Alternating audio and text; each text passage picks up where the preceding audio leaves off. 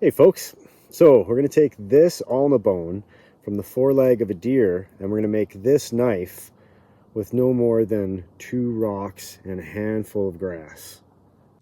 Okay, first we want to make sure we got a couple good rocks, different grains that we can use as abraders.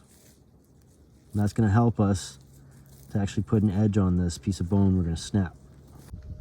Okay, so looking through this against the light, you can see right away there's no marrow in here. This is just pure bone.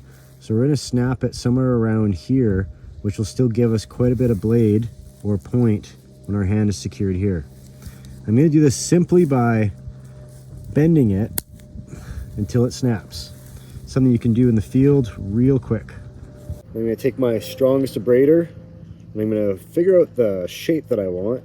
I want an upswept blade, so I'm going to start to work on this upswept angle.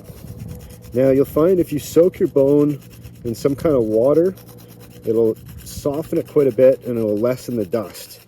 It's important you don't breathe this dust in. If I wasn't making a video, I'd probably actually be covering my face with some kind of filtration.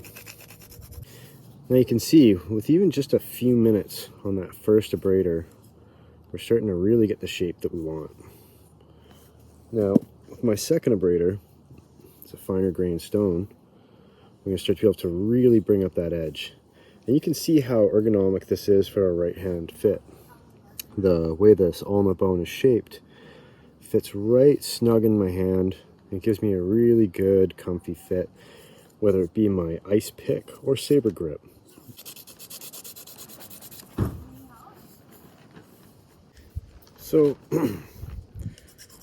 So historically, these knives on the west coast here in Canada were used as a type of fish knife for cleaning fish, as well as an awl, so something to poke holes in skins and leathers and fibers.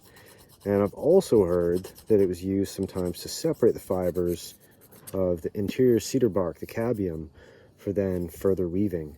And some examples I've actually seen have shown people making this into a finer point in which they were splitting cedar roots and spruce roots for basketry and different types of weaving. But yeah, wonderful tool, super easy to make.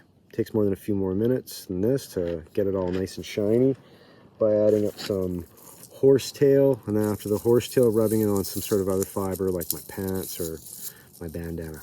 All right, you guys, take care.